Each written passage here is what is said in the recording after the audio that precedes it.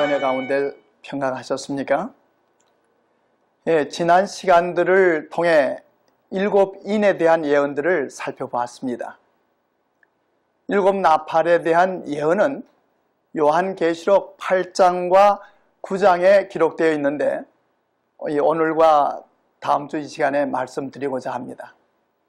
이 예언은 이 군사적 측면에서 역사를 펼쳐 보이면서 교회와 그리스도의 증인들에게 매우 큰 영향을 미친 국제적인 대이변을 밝혀낸 예언인 것입니다.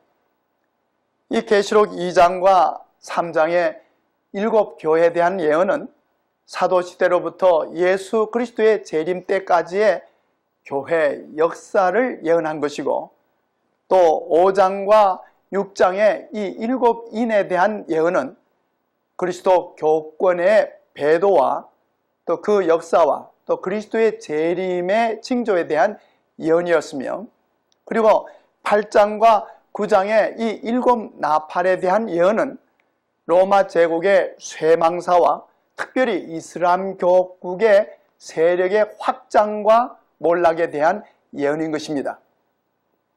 7인에 대한 예언에서 이 첫째인부터 넷째인까지의 예언이 서방 로마 교회에 대한 언급한 것이라고 한다면, 이 첫째 나팔로부터 넷째 나팔의 예언은 이 서로마 제국의 멸망에 대해 언급한 것입니다.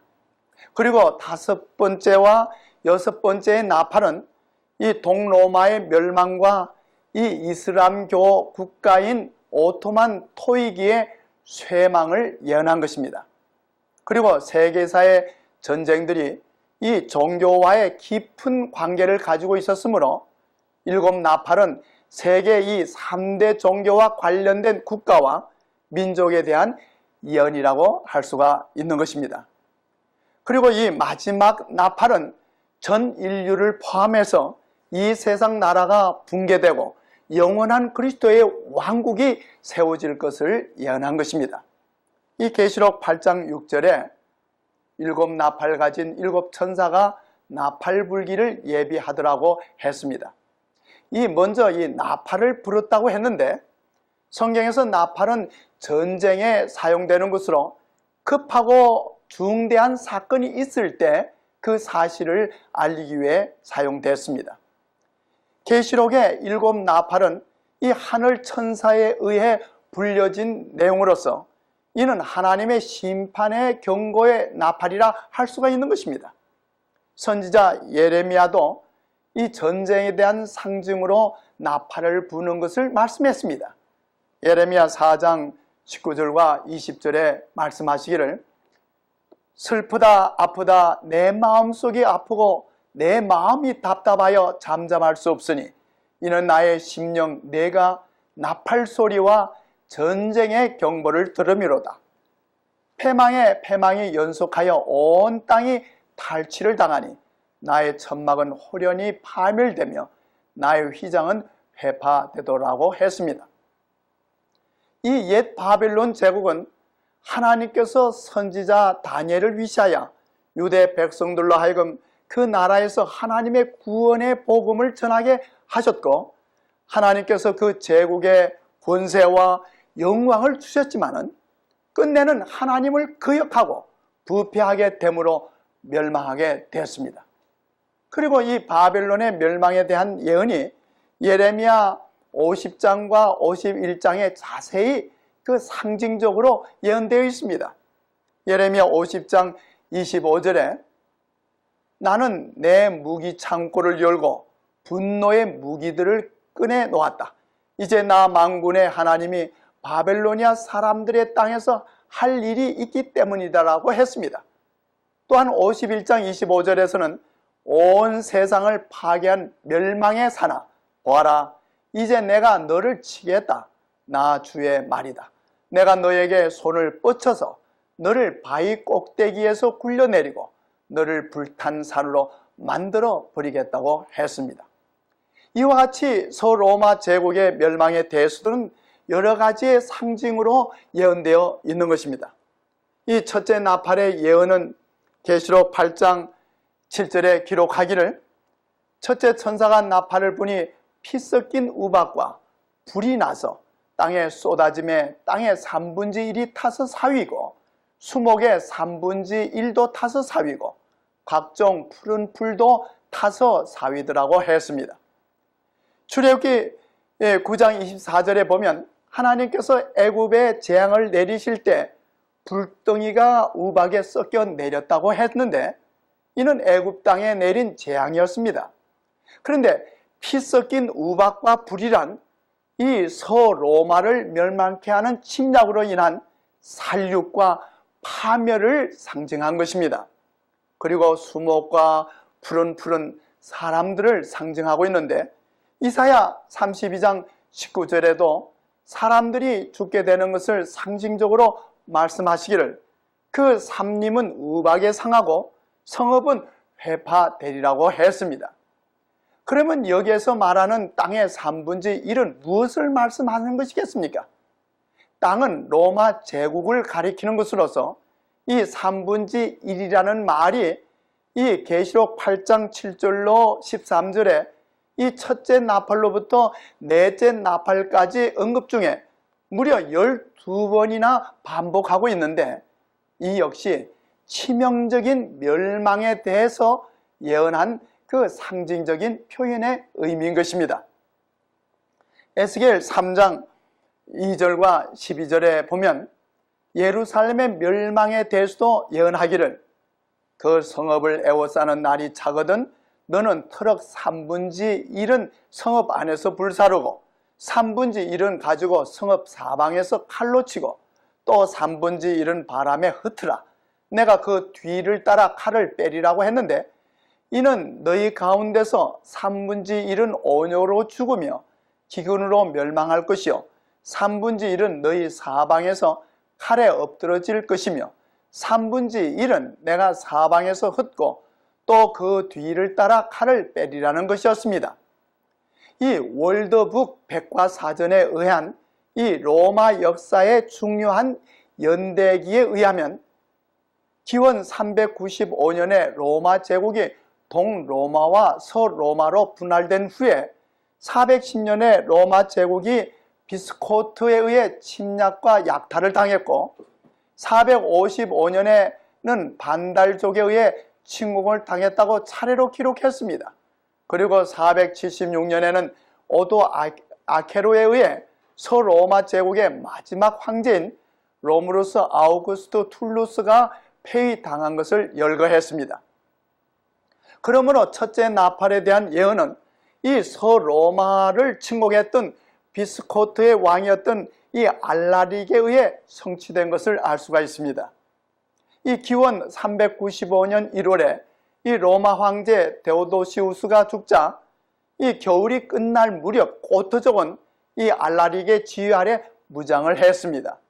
이 알라릭의 지휘하에 고트족은 396년으로부터 시작하여 여러 해 동안 동로마의 영토를 약탈 침공을 했고 이 401년으로부터 이 다뉴브 강을 가로질러 서로마 제국을 침공하면서 410년에는 알프스 산을 넘어 이 마치 알프스의 우박처럼 로마로 쏟아져 내려와 6일 동안 약탈을 감행했습니다.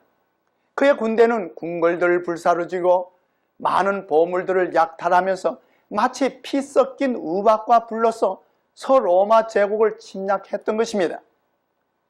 둘째 나팔의 예언은 계시록 8장 8절과 9절에 기록하기를 둘째 천사가 나팔을 부니 불붙는 큰 산과 같은 것이 바다에 던지우매 바다의 3분의 1이 피가 되고 바다 가운데 생명 가진 피조물들의 3분의 1이 죽고 배들의 3분의 1이 깨어지더라고 했습니다. 이 예언은 로마를 두 번째 침공했던 이 반달족에 의해 성취됐습니다. 이 반달족은 야만족으로 이 원래의 부족은 오늘날 이 노르웨이, 스웨덴, 덴마크 그리고 이 데니스의 섬들의 남쪽 해안에 살고 있었습니다. 반달은 기원 406년에 소로마 제국의 서북부 지역을 가로질러 이 지금의 프랑스의 고을 지방을 침략했으며 409년에는 스페인으로 침입했습니다. 반달족은 왕 겐세릭의 통치하에 그 세력이 절정에 이르렀고 아프리카 북부를 정복하고 지중해 해상권을 장악했습니다. 그들은 455년에 로마를 침략하여 약탈했습니다. 영국의 유명한 역사가 에드워드 기본시는 이 로마의 세망사에 기록하기를 그들은 감나가는 건 모든 것을 약탈했는데 특히 기원 70년에 로마의 장군 티투스가 예루살렘 성전에서 탈취해왔던 7등잔 달린 금 등대를 약탈해 갔다고 했습니다. 반달족의 겐세릭은 이 북아프리카에 있는 그의 해군 기지로부터 정규적으로 약탈 원정을 감행하면서 로마 제국의 연안 도시들을 약탈하고 주민들을 잔인하게 살육했습니다. 이리하여 비잔티움 황제 저스티니안 1세는 이 533년과 534년에 그의 군대를 보내 그들을 대항했습니다. 그 한 번의 경우에는 로마의 군인의 수가 10만과 함선들이 무려 1100척 이상이나 됐습니다. 그러나 이 반달의 겐세릭의 해군은 이 몇 척의 배에다가 불을 놓아 이 로마 배들의 가운데로 들여보내 불을 질렀던 것입니다. 그날 밤 바다의 광풍으로 1000척 이상의 배들이 불이 붙게 되자 마치 바닥 한가운데 불 붙는 큰 산처럼 불타고 말았던 것입니다. 이때 로마의 수많은 군인들도 죽임을 당했습니다. 이 반달족의 이 같은 침략으로 서로마 제국은 치명적인 파괴를 당하고 수많은 백성들이 죽임을 당했으므로 이 불붙는 큰 산과 같은 것이 바다에 던지움에 바다의 1/3 1이 피가 되고 바다 가운데 생명 가진 피조물들의 1/3 1이 죽고 배들의 1/3 1이 깨어지더라는 이 성경의 예언의 말씀은 참으로 정확하게 성취되었던 것입니다. 이 오늘날 사전에서는 반달족을 가리켜 5세기에 로마를 휩쓴 게르만의 한 민족이라고 했고, 그리고 어떠한 이 아름답고 값 있는 문화재나 예술품을 파괴하거나 송산시키는 사람에 대한 대명사로 이 반달의 이름을 사용하고 있습니다. 이 오늘날 사전에서 이 반달리즘이라고 하는 단어가 공공건물이나 재산 피해를 입히는 것을 지칭하는 말로 사용하고 있는 것입니다. 이 셋째 나팔은 계시록 8장 10절과 11절에 기록하기를 셋째 천사가 나팔을 부니 햇불같이 타는 큰 별이 하늘에서 떨어져 강들의 1/3 1과 여러 물샘에 떨어지니 이 별 이름은 쑥이라. 물들의 1/3 1이 쑥이 되매 그 물들이 쓰게 됨을 인하여 많은 사람이 죽더라고 했습니다. 여기에서 묘사된 햇불같이 타는 큰 별은 5세기에 서로마를 침략한 훈족의 왕, 이 아틸라를 가리키는 것입니다.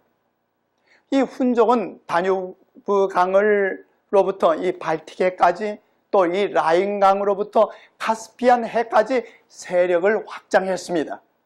이 아틸라는 452년에 이탈리아를 침략해 도시들을 파괴하고 백성들을 포로로 했지만 기근과 질병으로 그의 군대는 철수하게 되었습니다. 그 이듬해인 453년에 이 아틸라가 죽게 되자 454년에 훈족은 아시아로 돌아가고 말았습니다. 그리하여 오늘날 학자들은 이 아틸라의 역사적 중요성에 대해 의문을 제기하기도 합니다. 성경에 이 햇불같이 타는 큰 별이라는 말을 이 표준 세번역에서는 큰 별 하나가 햇불처럼 타면서 하늘에서 떨어져서라고 번역되어 있습니다. 다시 말씀드려서 이 하나의 유성이 하늘에서 떨어질 때 그 별은 하늘에 있는 다른 별들보다 밝게 불타면서 떨어지지만 그것의 밝기는 잠깐인 것입니다. 이와 같이 아틸라는 서로마 제국에 대해 위협적인 인물이었으나 그의 두려움의 햇불은 잠깐이었던 것입니다. 그리고 아틸라는 로마의 군대의 별인 별의 신인 마르스, 화성인데 이 화성을 신봉했는데 이 아틸라에 대해서 한 기록에는 그의 나타나는 모습은 하늘에서 번쩍이는 유성과도 흡사했다. 그는 자기 나라의 사람을 모아가지고 유성과도 같은 속도로 로마를 쳐 부셨다고 했습니다. 아마도 아틸라의 가장 큰 업적은 짧은 기간이었지만 훈족을 통일한 것이었습니다. 그 별이 강과 물권에 떨어짐으로 쑥처럼 쓴 존재가 되었다고 했는데, 이는 아틸라가 로마를 약탈했을 뿐만 아니라 로마에게 엄청난 배상금을 지불하도록 강요했으므로 이 로마 나라 시민에게는 쑥같이 쓴 존재가 되었던 것입니다. 이 사전에 보면 이 훈이라는 말도 이 반달이라는 말과 같이 약탈과 파괴자 또는 야만인이라는 의미로 사용되고 있습니다. 넷째 나팔은 계시록 8장 12절에 기록하기를, 넷째 천사가 나팔을 부니 해 3분의 1과 달 3분의 1과 별들의 3분의 1이 침을 받아 그 3분의 1이 어두워지니 낮 3분의 1은 비침이 없고 밤도 그러하더라고 했습니다. 여기에 해와 달과 별들이란 이 빛을 발하는 존재들로서 서로마 제국의 이 쇠퇴에서 그 로마 제국의 그 멸망과 함께 이 로마 제국의 해와 달과 별들과 같은 존재들이 빛을 잃어버리게 되는 것을 말했습니다. 이 로마 제국의 해란 황제를 의미하는 것으로서 기원 476년에 서로마 제국의 마지막 황제인 로무로스 아구스 툴루스가 황제로서 즉위했지만 이 야만족의 한 부족의 대장인 오토아케르에 의해 폐위를 당했습니다. 이렇게 해서 로마 제국의 태양은 졌고 로마의 원로원도 힘을 잃고 이 오토아케르에게 굴복을 당해 522년에 원로원이 해산을 당했습니다. 그리고 540년에는 집정권 제도도 해체됐습니다.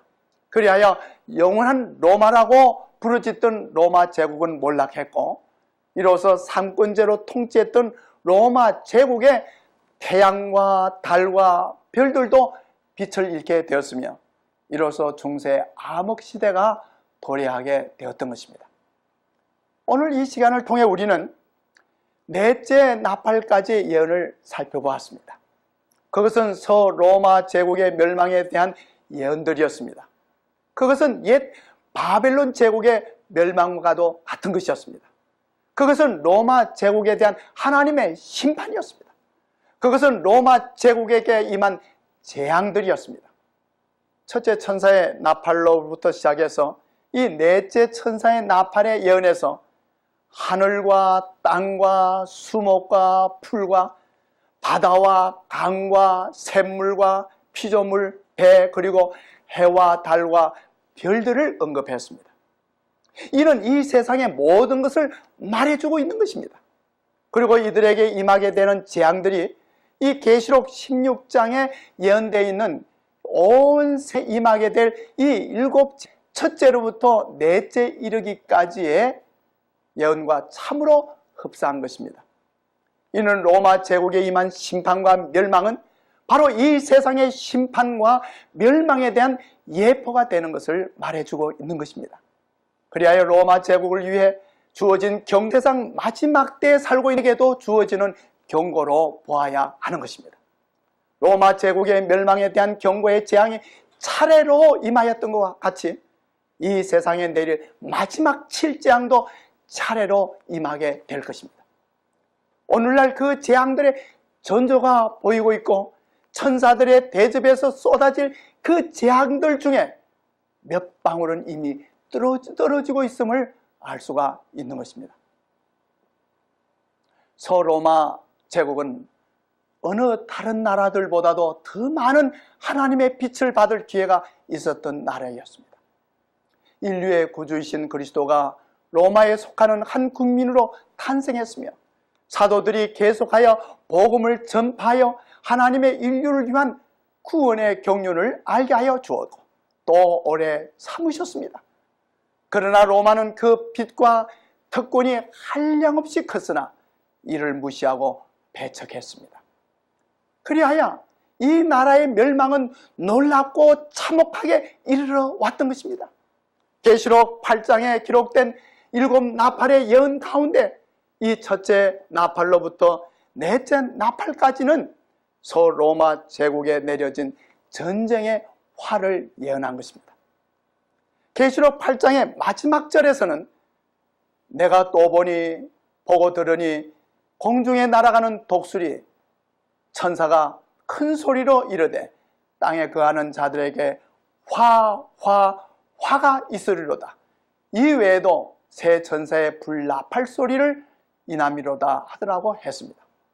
이 세 번째 걸쳐 임하게 될 화는 계시록 9장에서 5째 나팔로부터 7째 나팔이 불릴 때 이루어지는 것입니다. 성경의 예언은 오늘날 우리가 인류 역사 가운데 가장 무서운 위기에 직면하고 있음을 경고하고 있습니다. 이제 곧 결정적인 사건이 일어나려 하고 있다는 사실을 말해주고 있습니다.